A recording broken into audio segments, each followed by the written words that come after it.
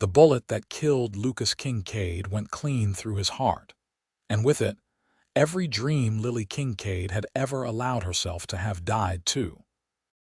She stood at his graveside in the dusty cemetery outside Ogden, Utah Territory, on a blazing afternoon in July of 1876, her black dress clinging to her in the oppressive heat, and felt absolutely nothing. 23 years old and already a widow. The preacher's words drifted past her like tumbleweeds, meaningless and empty. Lucas had been everything good and kind, and now he was gone, shot down in a senseless argument over a card game that never should have happened. 3 months later, Lily still wore black, though the other women in town whispered it was time she moved on. She ran the small general store Lucas had left her, measuring out flour and sugar with mechanical precision, speaking only when necessary. Mrs. Patterson, the banker's wife, told her she was still young enough to find another husband, as if love were something you could order from a catalog. Lily smiled tightly and said nothing. She knew the truth now. Love was a lie you told yourself before life ripped it away. The store bell chimed one crisp October morning, and Lily looked up from her ledger to see a man she had never seen before. He was tall, probably 30 years old, with sandy hair that curled slightly at his collar and eyes the color of summer sky. His clothes were trail-worn but clean, and he carried himself with a quiet wariness that suggested a man who had learned to expect nothing from the world. "Morning, madam," he said, his voice low and careful. "Name's Austin Nash. Just rode into town looking for work. Heard you might need someone to help with deliveries and heavy lifting around the store." Lily studied him with the same detachment she applied to everything now. "Who told you that?" "Mr. Patterson at the bank. Said your husband passed and you've been managing alone. Said it might be getting to be too much." The presumption irritated her, but Patterson was not entirely wrong. The flour sacks were heavy, and her back ached most evenings from hauling inventory. Still, accepting help felt like admitting defeat, like acknowledging that Lucas's absence had left a hole that needed filling. "I pay 50 cents a day," she said finally. "You work dawn to dusk, handle all the heavy stock, make deliveries to the homesteads outside town. I do not tolerate drinking, gambling, or tardiness." Austin nodded once. "Fair enough, madam. You will not have cause to complain." He started the next morning just as the sun painted the Wasatch Mountains gold and pink. Lily arrived to find him already waiting by the back door, hat in hand. She let him in without a word and showed him where everything was stored. He listened carefully, asked no unnecessary questions, and got to work. The thing that struck Lily over the following weeks was his silence. Austin Nash was not a talker. He did his work with steady competence, loading the wagon for deliveries, restocking shelves, repairing a loose board on the porch without being asked. When customers tried to engage him in conversation, he responded politely but briefly, then returned to his tasks. It was as if he had no interest in forming connections, as if he preferred to remain a stranger even among people he saw every day. Lily appreciated this. She had no patience for small talk, for people trying to draw her out or cheer her up. Austin seemed to understand without being told that she wanted to be left alone with her grief. They developed a rhythm, working side by side in near silence, communicating mostly through nods and brief instructions. One afternoon in mid-November, Mrs. Patterson came into the store with her usual basket of gossip.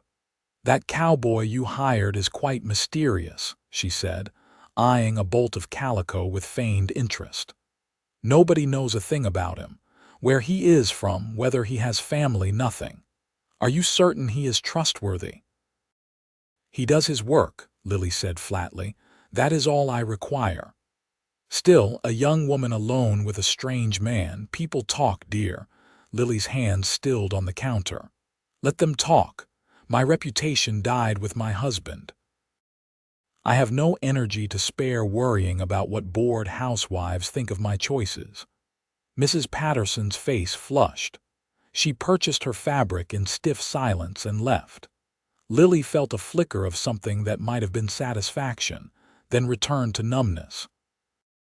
That evening, after the store closed, Austin was splitting firewood behind the building. Lily came out to lock up and found him working in the fading light, his breath misting in the cold air. He had removed his coat despite the chill, and his shirt was damp with sweat. "You do not need to do that," she said. "It is not part of your job." Austin sunk the axe into the chopping block and straightened. "Noticed you were running low. Figured you would need it. I can manage my own firewood. Did not say you could not, but it is no trouble to do it while I am here." They looked at each other for a long moment. In the twilight, his face was shadowed, unreadable. Lily felt suddenly aware of how isolated they were, alone behind the building, the town settling into evening quiet around them. "Thank you," she said finally, the words feeling rusty in her mouth. She could not remember the last time she had expressed genuine gratitude to anyone. Austin nodded and reached for his coat. "I'll be going then. See you at dawn, Mrs. Kincaid." She watched him walk away toward the boarding house where he rented a room, his figure gradually disappearing into the dusk. Something about the set of his shoulders spoke of profound loneliness, a solitude that went bone deep. It reminded her of her own. Winter arrived early that year, bringing snow that transformed Ogden into a landscape of white silence. The store's business slowed, and there were days when no customers came at all. Lily and Austin worked in the quiet, the only sounds the crackle of the fire in the pot-bellied stove and the occasional creak of floorboards. One particularly bitter afternoon, they were taking inventory in the back room when Austin suddenly spoke. "If you do not mind my asking, Mrs. Kincaid, how long were you and your husband married?" Lily looked up sharply, surprised by the personal question. Austin had never asked her anything about herself before. 2 years. "Why?" He shrugged slightly, his attention seemingly focused on counting tins of beans. "Just seems a short time to have your whole life change like that. Sorry, should not have pried." "It was long enough," Lily said, her voice tight. "Long enough to know what I lost." Austin was quiet for a moment, then said, "I never been married myself, never even courted anyone seriously. Always figured I would get around to it someday, but days turned into years and here I am, 30 years old and alone as the day I was born." Lily studied him with new curiosity. "That was a choice." "Not exactly. More like I never learned how to be any other way. My parents died when I was young. Grew up in an orphanage in St. Louis until I was old enough to run off. Been drifting ever since, working ranches, doing odd jobs. Never stayed anywhere long enough to put down roots." He paused, something vulnerable flickering across his face. "Never had anyone teach me how to belong to something, I guess." The honesty in his words struck something in Lily's chest, a sensation she had thought dead. She recognized in his confession a different kind of loss than hers. She had loved and lost. He had never begun at all. "That sounds lonely," she said quietly. "Is lonely," Austin corrected. "But I figure it is better than the alternative. Cannot lose what you never had." "That is what I thought too," Lily said. "Before Lucas, I thought if I never let myself need anyone, I would be safe. But he wore me down with his patience and kindness, and I let myself believe in something." Her throat tightened. "Now I know I was right the first time. Safety is in walls, not in people." Austin looked at her directly then, his blue eyes serious. "Maybe. Or maybe both of us are just scared and calling it wisdom." The words hung between them, too true and too raw. Lily turned away, suddenly unable to hold his gaze. "We should finish this inventory before dark," she said, and Austin did not push further, but something had shifted between them. They were still quiet, still careful, but there was an acknowledgement now, an understanding that they were both damaged in their own ways. They began to talk a little more, not about anything deep or personal, but small observations about the weather, comments about difficult customers, brief stories about their days. It was tentative, like two wild animals cautiously approaching the same water hole. Christmas came, and Lily closed the store for the day. She spent it alone in the small house she had shared with Lucas, eating a simple meal and trying not to remember the previous Christmas, when he had surprised her with a music box he had ordered from San Francisco. The melody it played haunted her still. The day after Christmas, Austin arrived at the store with a small package wrapped in brown paper. He set it on the counter without ceremony. "Got you something. Just a small thing. You can open it or throw it away, makes no difference to me." Lily stared at the package as if it might bite her. "I did not get you anything. Was not expecting you to." He moved past her to start the morning tasks, clearly uncomfortable with his own gesture. Lily waited until he was busy in the back before carefully unwrapping the package. Inside was a pair of leather gloves, lined with soft wool, clearly expensive. Her own gloves were worn thin and her hands had been cold for weeks. She slipped them on. They fit perfectly. "Thank you," she called toward the back room, her voice unsteady. "Welcome," came his reply, carefully casual. Lily looked down at her gloved hands and felt tears sting her eyes. It was such a simple thing, but the thoughtfulness behind it cracked something inside her. She had convinced herself that she wanted nothing from anyone, that she was content in her isolation. But standing there in her quiet store with new gloves warming her cold hands, she realized how much she had been lying to herself. January brought a blizzard that shut down the town for 3 days. On the 4th day, when the roads were finally passable, Austin did not arrive at the store. An hour passed, then 2. Lily told herself she was only annoyed at the disruption to her routine, but anxiety gnawed at her. Had he left town without telling her?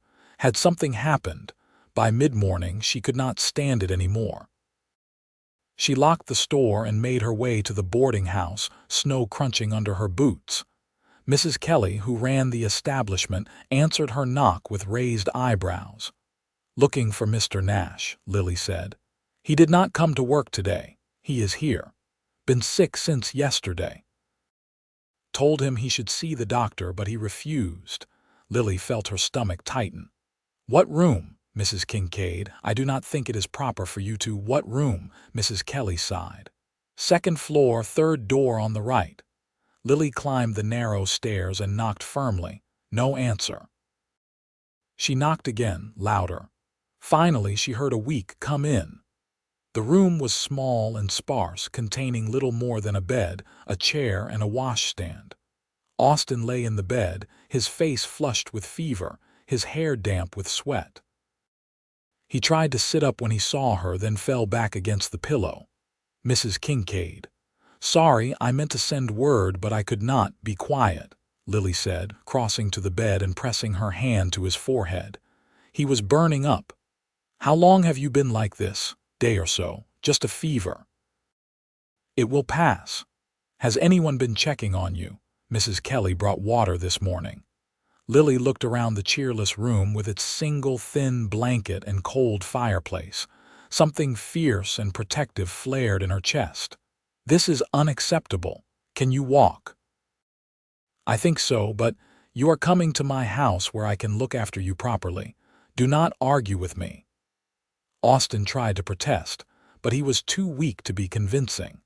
Lily got him into his coat and boots, then half supported him down the stairs and through the snowy streets to her small house. Mrs. Kelly watched them go with scandalized fascination, and Lily knew the gossip would spread like wildfire. She found she did not care. She settled Austin in the guest room that had once been meant for the children she and Lucas never had time to make. She built up the fire, piled extra blankets on the bed, and made hot broth from the chicken she had been planning for her own dinner. She sat beside him as he drank it, steadying the bowl when his hands shook. "You do not have to do this," he said hoarsely. "I know. People will talk. Let them." He looked at her with fevered eyes, searching for something in her face. Why? Lily considered the question. A month ago, she would have let him suffer alone, would have told herself it was not her problem. But something had changed. Maybe it was the gloves. Maybe it was his quiet companionship through the long winter. Maybe it was simply that she was tired of being numb. "Because you would do it for me," she said finally. "Because someone should." For 3 days, she tended him. She brought him broth and tea, changed the sweat-soaked sheets, bathed his face with cool cloths when the fever spiked. She read aloud to him from the Bible, and from a volume of Longfellow poems she found on her shelf, anything to fill the silence and let him know he was not alone. On the 3rd night, the fever finally broke, leaving him weak but clear-eyed. "Thank you," he said, his voice still rough but stronger. "You did not have to do all this." Lily sat in the chair beside the bed, exhausted from the days of nursing. "You already said that." "Feel like I cannot say it enough." They looked at each other in the lamplight, and Lily felt something shift, like ice beginning to crack under the pressure of spring. For months, she had been frozen, locked away inside her grief. But sitting here with this man who had somehow become more than just her employee, she felt the first painful stirrings of thaw. "I was going to let you die alone in that cold room," she said quietly. "A few months ago I would have. I would have told myself it was not my concern. What changed?" "You did. You with your quiet kindness and your sad eyes and your damn gloves." She laughed shakily. "I was so comfortable in my grief, Austin. It was like armor. Nothing could touch me if I just refused to feel anything. But you crept past my defenses without even trying." Austin reached out slowly, giving her time to pull away. When she did not, he took her hand, his calloused fingers warm against hers. "I never meant to start anything, Lily. When I came to Ogden, I was just looking for a place to rest for a while before moving on. That was always my plan. Keep moving, never stay long enough to want anything." He tightened his grip on her hand. "But then there you were, this beautiful sad woman who looked as lost as I felt, and I could not help wanting to stay, even though I knew I should not. Even though I told myself I did not know how to be what you needed." Lily felt tears spilling down her cheeks, the first she had cried since Lucas's funeral.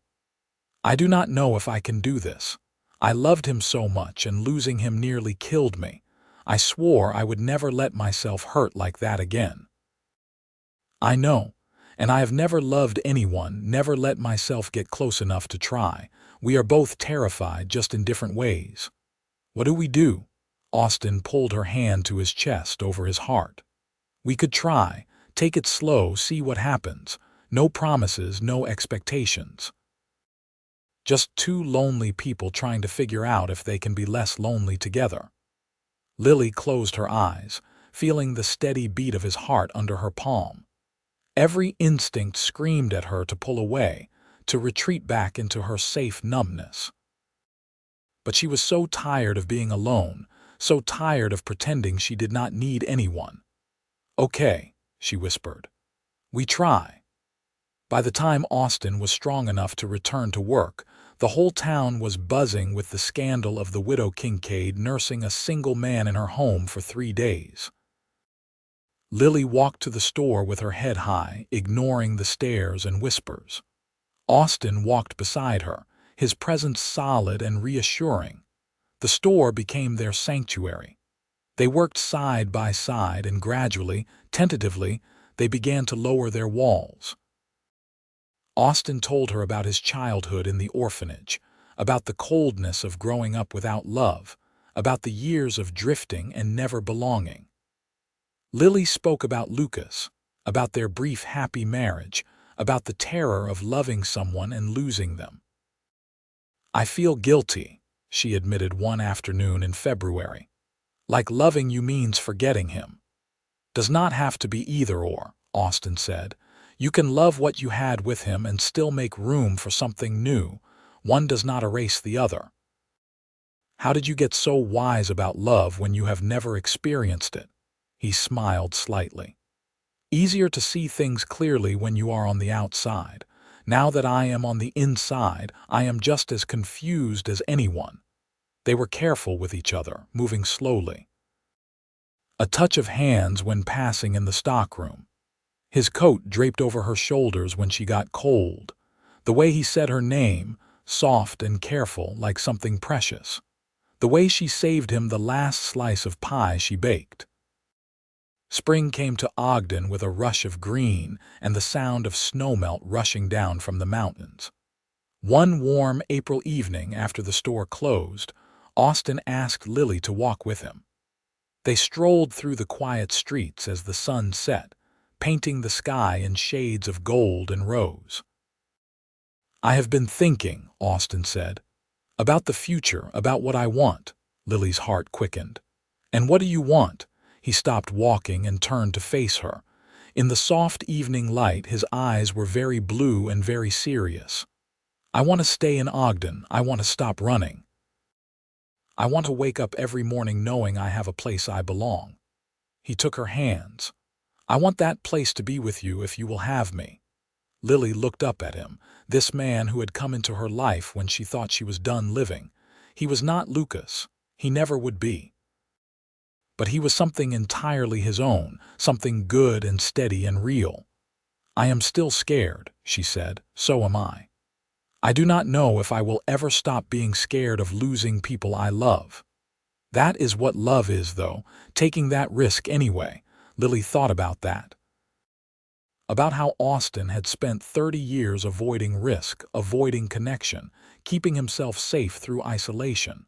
About how she had tried to do the same after Lucas died.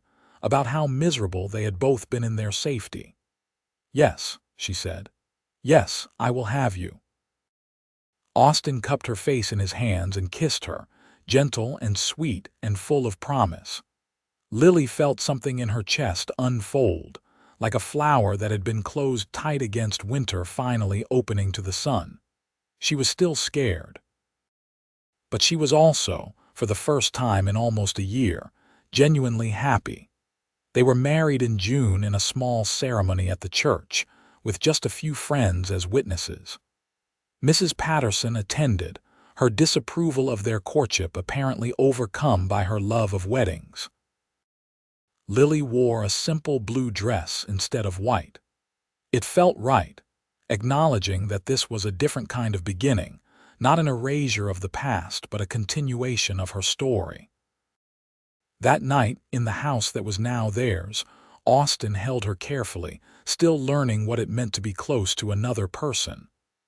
"I do not know if I am doing this right," he admitted. "The whole husband thing, I never had an example to follow."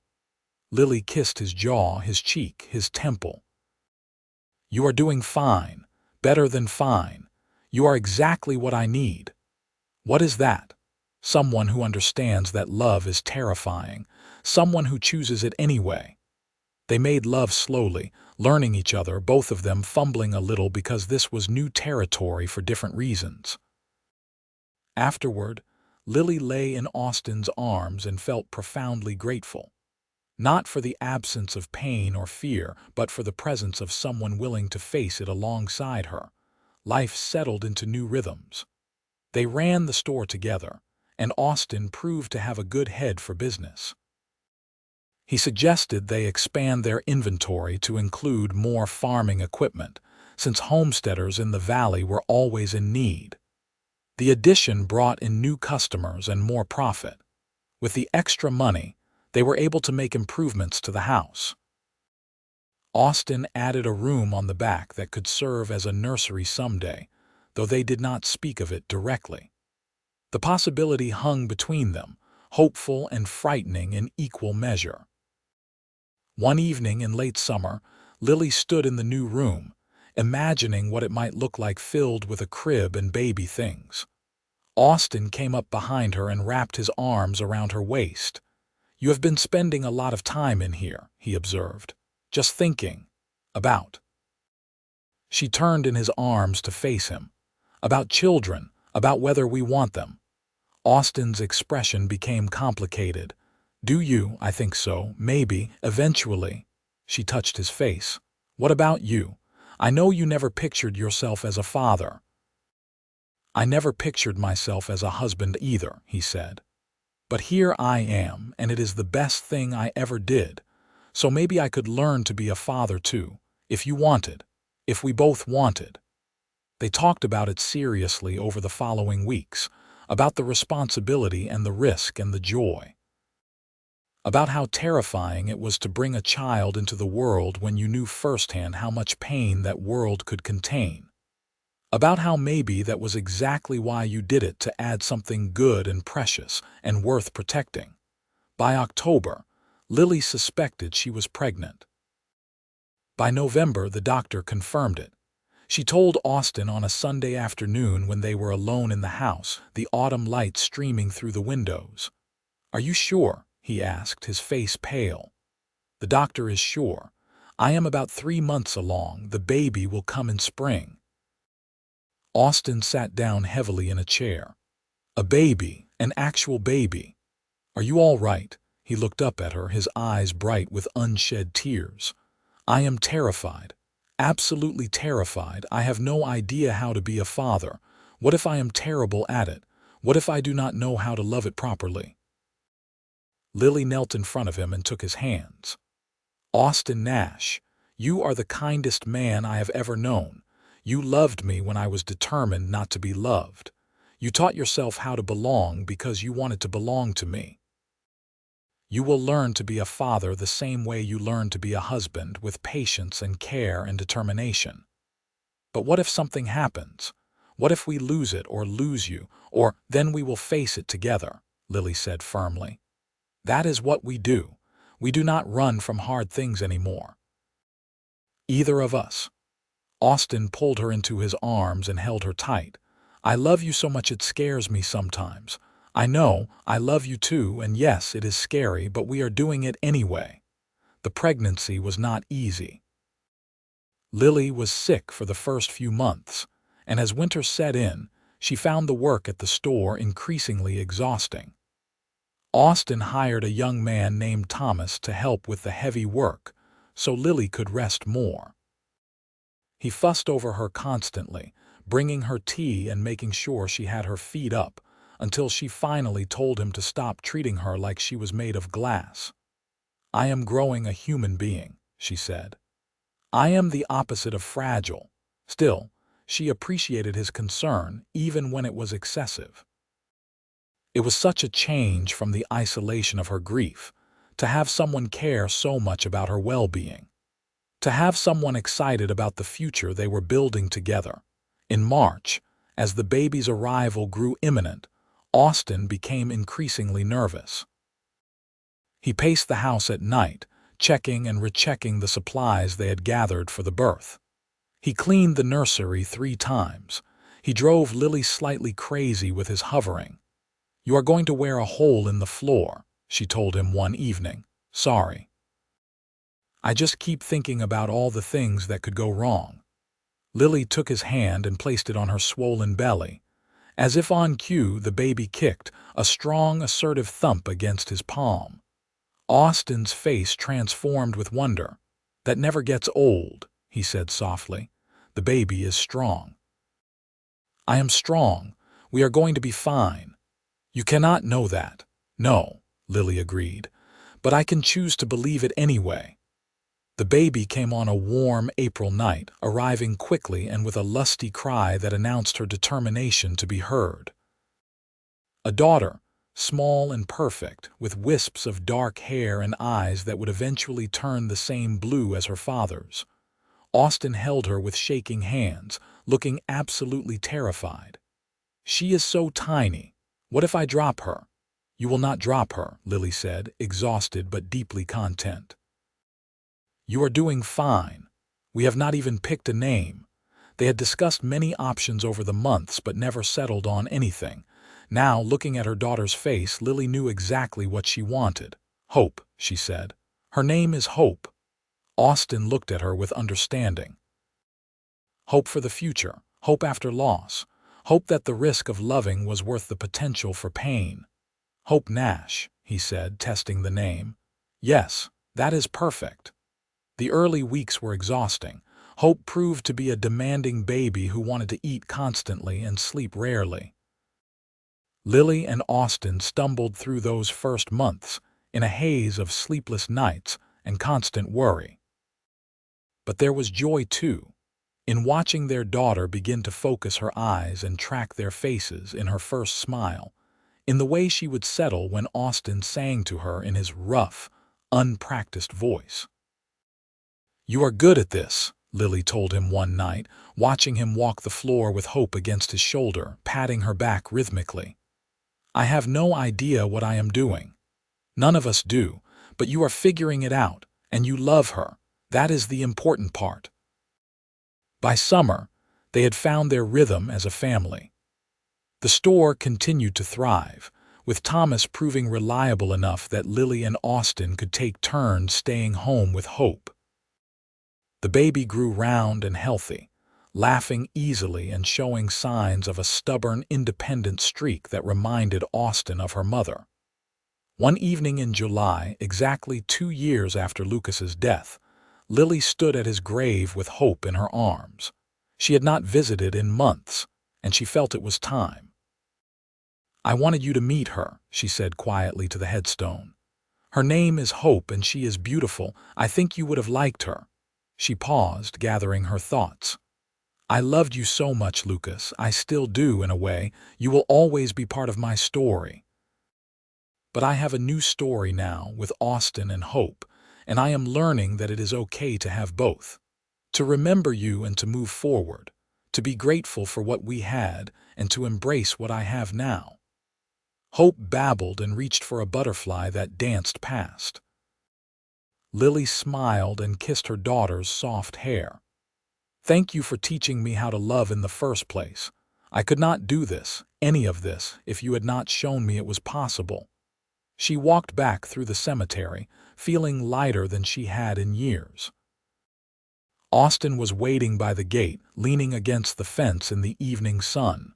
When he saw her, his whole face lit up with that smile he seemed to reserve just for her and Hope.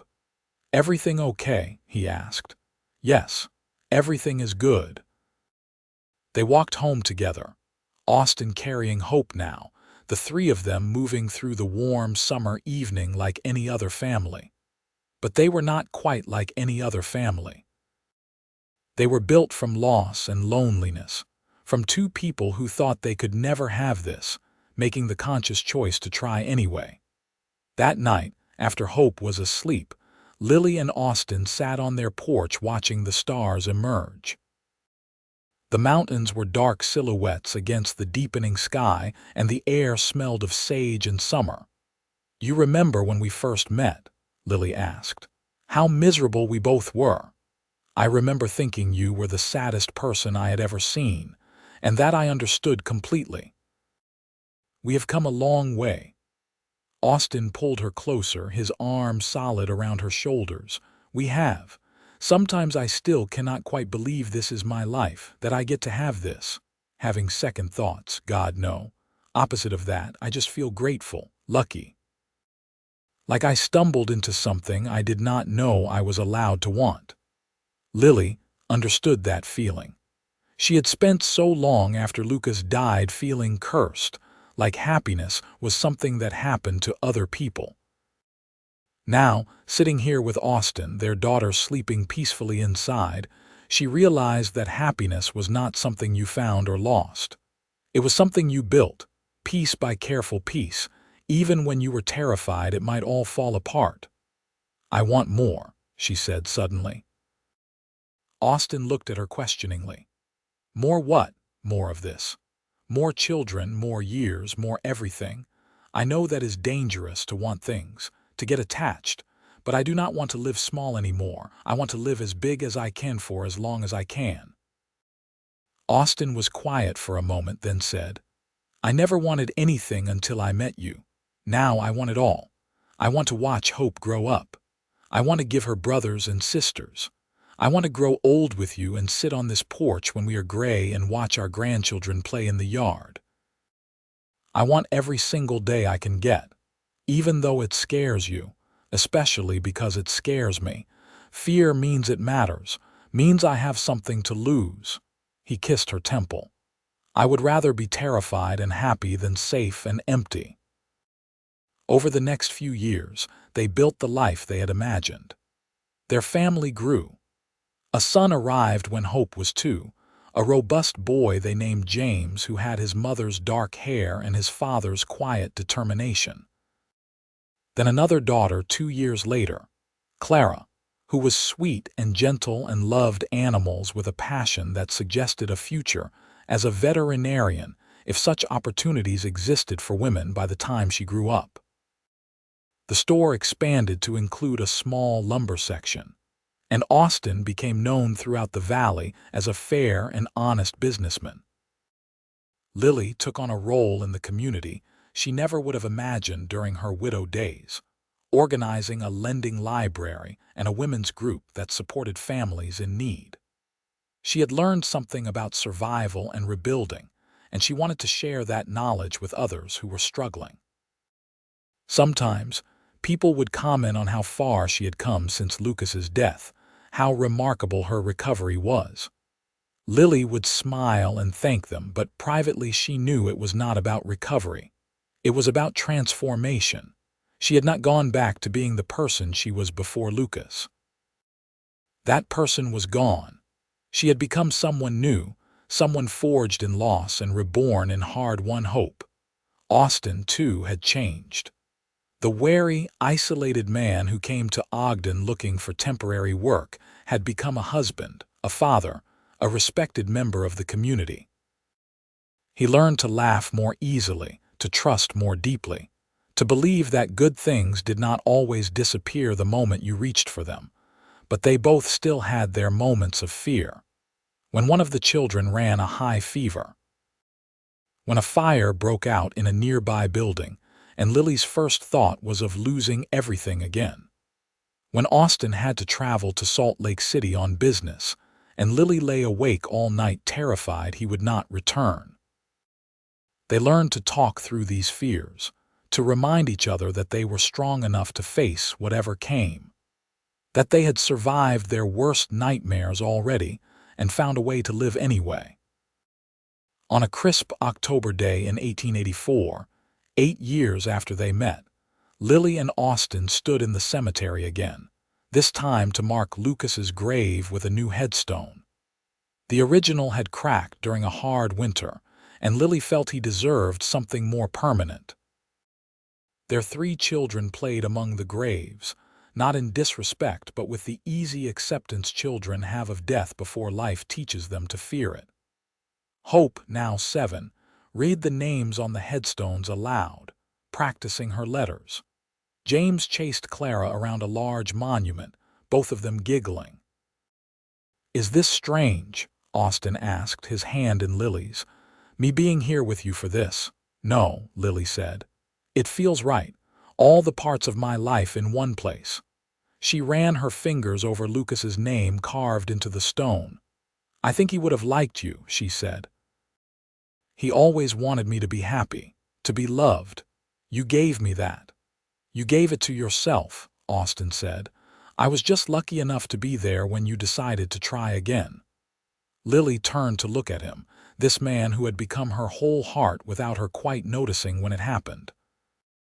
His hair was touched with gray now at the temples, and there were lines around his eyes from years of smiling.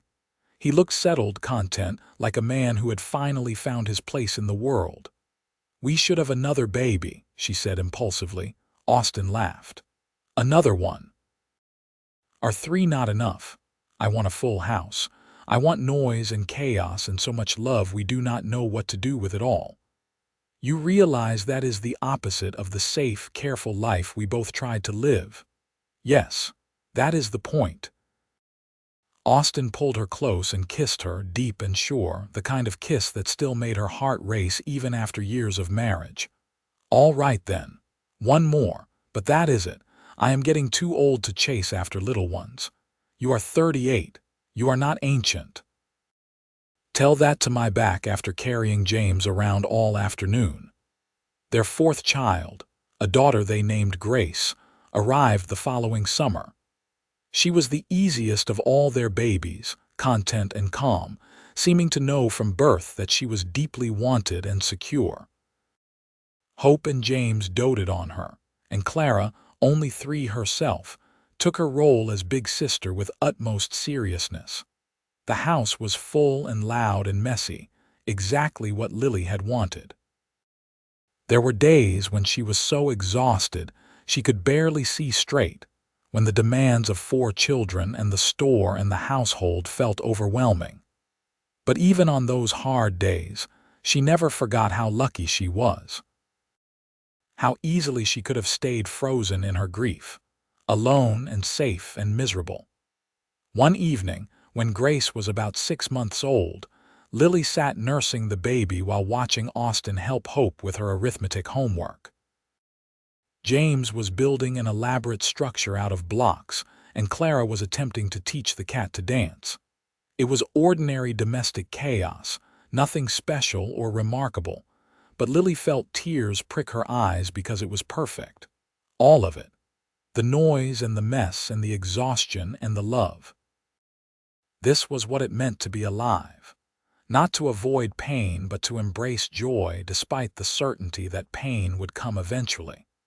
To love people with your whole heart even though you knew you would lose them someday. To build something beautiful knowing it was temporary, that time would take it all in the end, and to build it anyway because what else was there? What are you thinking about? Austin asked, noticing her tears. How happy I am, how scared that makes me, how I am doing it anyway. He came over and kissed her forehead, his hand resting gently on Grace's downy head. We are doing it anyway, he corrected. Together. Yes, together. The years continued to unfold, each one bringing its challenges and triumphs. The children grew. Hope became a voracious reader, always with her nose in a book. James developed a fascination with building things, spending hours with hammer and nails creating increasingly complex projects. Clara proved to have a gift with animals, nursing injured birds and stray dogs back to health. Grace, as she grew, showed signs of musical talent, singing constantly in a voice that was surprisingly pure and lovely. The store continued to prosper. Austin proved to have a gift for business, expanding carefully and wisely. By 1890, they owned 3 stores in different towns, and Austin traveled regularly to manage them. These trips were hard on Lily, her old fears rising up each time he left. But he always came home, reliable as sunrise, and each reunion was sweet. Lily became known in Ogden as a woman of strength and compassion. Young widows sought her out for advice and comfort. She never pretended the pain would go away, but she offered something more valuable. The truth that life could be good again if you let it, that love was worth the risk, that choosing to be open and vulnerable was the bravest thing you could do. One afternoon, a young woman named Sarah came to the store, clearly struggling to hold back tears. Lily took her into the back room and listened as Sarah poured out her story. Her husband had died 3 months ago in a mining accident, and everyone kept telling her she was young enough to find someone new to move on. But Sarah felt like she was betraying his memory by even thinking about another man. I know exactly how you feel, Lily said gently. After my first husband died, I swore I would never love anyone again. It felt like loving someone else would mean Lucas did not matter, that our love was not important. So what changed? Sarah asked. Lily thought about Austin, about their children, about the full, rich life they had built together. I realized that love is not a finite resource. Loving Austin does not take anything away from what I felt for Lucas. They are separate things, both real, both valuable. Lucas was my first love, and he taught me that love was possible. Austin is my second love, and he taught me that love could happen more than once. They are both part of my story. But how did you let yourself try? How did you get past the fear? I did not, Lily admitted. I am still afraid. I love Austin and our children so much it terrifies me every single day. But I learned that being afraid and being alive are not opposites. You can be scared and do it anyway. In fact, that is the only way to do it. If you wait until you are not scared, you will be waiting forever. Sarah left with tears still in her eyes, but also with something like hope. Lily watched her go and felt grateful that her pain had been transformed into something useful, that her hard-won wisdom could help someone else find their way. That evening, she told Austin about the conversation. They were sitting on their porch, watching the sunset paint the mountains in shades of gold and pink. It was a scene they had witnessed thousands of times, but it never got old. "You still think about him?" Austin asked. "Lucas?" "Sometimes," Lily said honestly. "Less than I used to, but yes. He was important. He will always be part of me. Does it bother you that I ask?" "No. I love that you are secure enough to ask, that you do not feel threatened by him." Austin was quiet for a moment, then said, "I figure I should be grateful to him. He loved you first, taught you how to open your heart, made it possible for you to love me when I showed up. In a way, everything good in my life started with him loving you." Lily felt tears prick her eyes. After all these years, Austin could still surprise her with his wisdom and generosity. "I think he would have liked you very much," she said. "I think he would be glad I found you. I hope so." They sat in comfortable silence as the stars began to emerge, the familiar sounds of their children inside the house a gentle backdrop.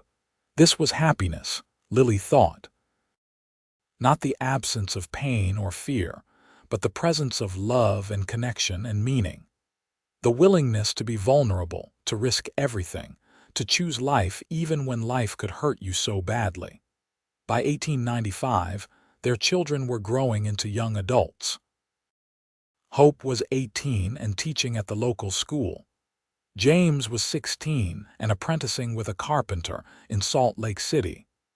Clara was 14 and had turned their yard into a menagerie of rescued animals. Grace was 10 and singing in the church choir, her voice drawing people from all over the valley to services.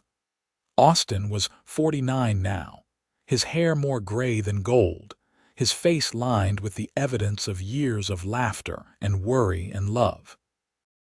Lily was 42, and sometimes when she caught sight of herself in the mirror, she was surprised by the confident woman looking back. The sad young widow was gone completely, replaced by someone stronger and surer. One day in late summer, a young man came to the store asking for work. He was clearly nervous, his clothes worn, his eyes wary. Lily saw Austin studying him with particular attention. "What is your name, son?" Austin asked. "Peter Morrison, sir. I am 20 years old. I am a hard worker and I will do whatever needs doing." "Where are you from?" "St. Louis originally. Been drifting for a couple years, looking for a place that might fit." Austin and Lily exchanged a look. They both heard the echo of Austin's own story in the young man's words. The loneliness, the searching, the hope for belonging. "Well, Peter," Austin said, "we could use someone to help with deliveries and stock. Pay is fair, hours are long, you will have to work hard." "That is all I want, sir. A chance to work hard and maybe stay in one place for a while. You will take your meals with our family," Lily added. "No point in you eating alone at the boarding house when we have plenty of food." Peter looked overwhelmed. "That is very kind, madam. You do not even know me." "We know enough," Austin said. Everyone deserves a chance. Someone gave me one once and it changed my life. Now we pass it forward. Peter proved to be as hardworking as he claimed, and he quickly became part of the family. The children took to him immediately, especially Grace, who at 10 was at that age where everything fascinated her.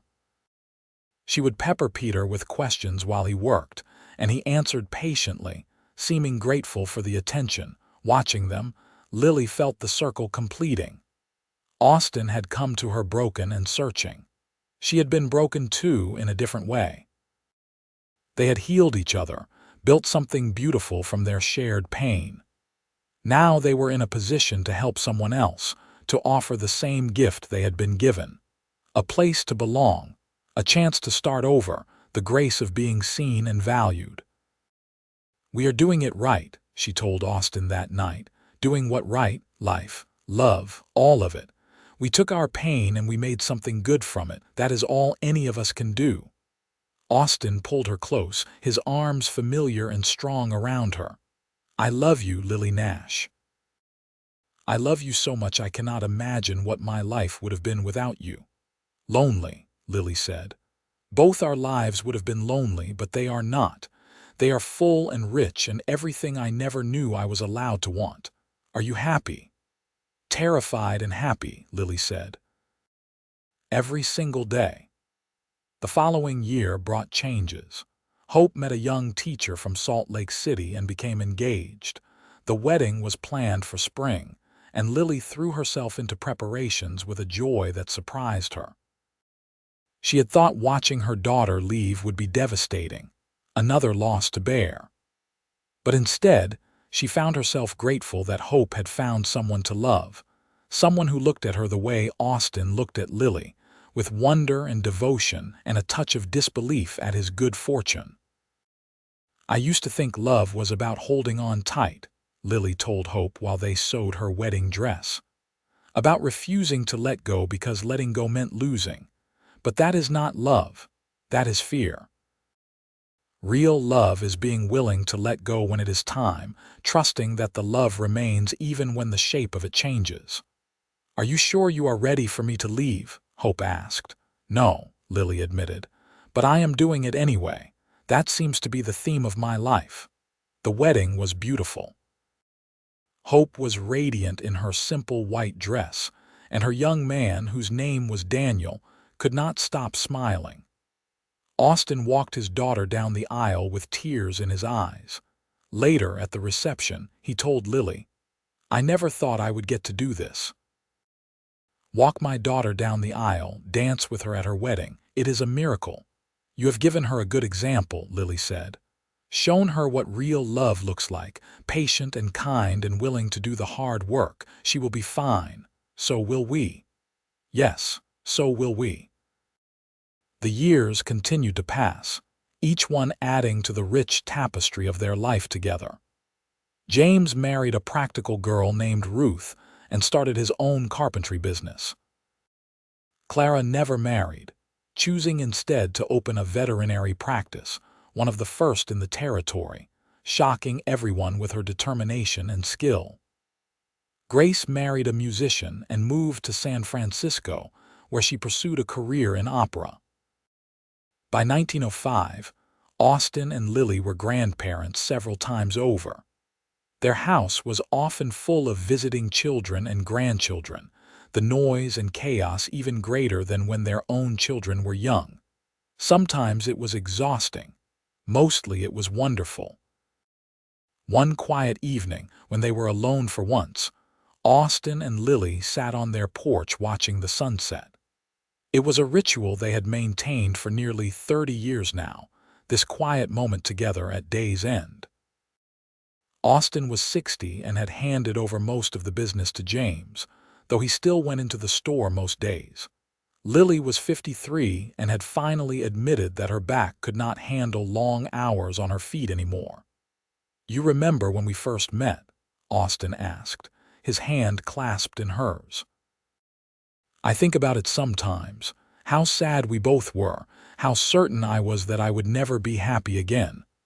I never expected to be happy at all, thought that was for other people. We were so young, Lily said. Even though we did not feel young, so much has happened since then. Regrets. Lily considered the question seriously. Her life had not been perfect. There had been losses and disappointments and hard times. But dwelling on what could have been different seemed pointless when what she had was so good. No, she said finally. Not about us, not about our family. I regret that Lucas died, of course. I wish he had lived, had a full life. But I cannot regret what came after because that would mean regretting you, regretting our children, regretting everything we built together. I wish I could have met him, Austin said. I have always felt like I should thank him, for loving you first, for teaching you it was possible. He would have liked you. He would have been glad I found someone good. They sat in comfortable silence as the sky darkened and the stars emerged. After all these years, they could be quiet together without discomfort. They had learned the rhythms of each other so thoroughly that words were often unnecessary. I am not scared anymore, Austin said suddenly. I spent so many years terrified of losing this, of something going wrong. But I am too old and too tired to be scared. Whatever time we have left, I just want to enjoy it. Lily felt a pang at the acknowledgement of mortality, but also a deep peace. They had been lucky, so much luckier than either of them had any right to expect. They had built something lasting and real from nothing but hope and determination. They had loved each other well. What more could anyone ask? I love you, she said simply. Thank you for teaching me how to start again. Thank you for teaching me how to start at all, Austin replied. They watched the stars emerge, the familiar constellations wheeling overhead. Inside the house, the clock chimed the hour. Tomorrow there would be more work, more challenges, more moments of joy and sorrow. But tonight, they were simply together. Two people who had found each other when they both thought they were done with finding anything. The widow who thought she would never love again had discovered that the heart was more resilient than she imagined. The cowboy who thought he would never start had learned that it was never too late to build a life worth living. Together, they had created something neither could have managed alone. A love that was both hard-won and freely given, both terrifying and sustaining, both the greatest risk and the greatest reward. That was enough. More than enough. It was everything. As they sat together in the gathering dark, Lily found herself thinking about all the people who had shaped her journey. Lucas, who taught her how to love in the first place. Austin, who taught her that love could bloom more than once. Their children, who taught her that love multiplied rather than divided, that there was always room for more.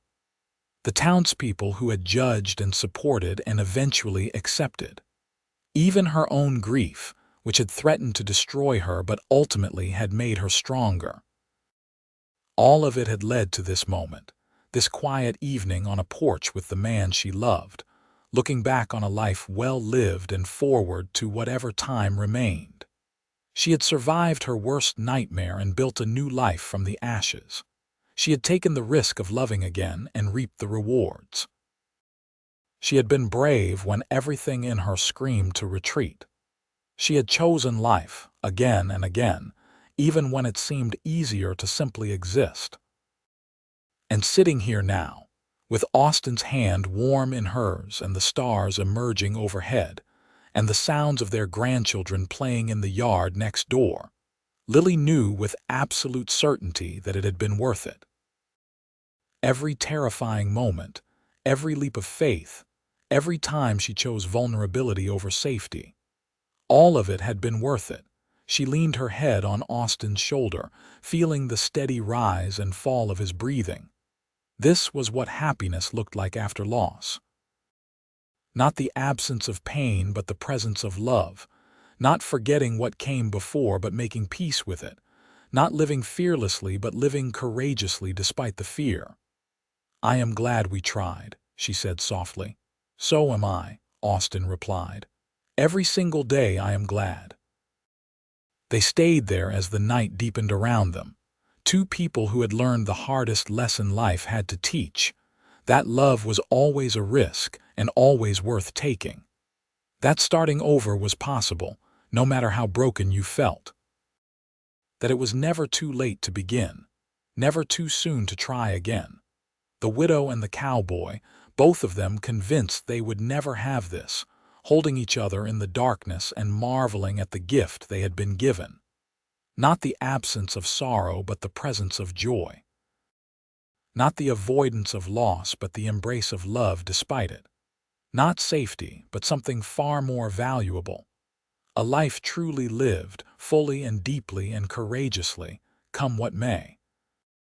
And as the stars wheeled overhead and the mountains stood silent witness, they knew that their story, unlikely and hard one as it was, had turned out exactly as it should. Not perfect, but real. Not without pain, but full of love. Not the ending either of them expected, but the one they both chose together. One brave day at a time, until brave days became years and years became a lifetime, and two broken people became whole.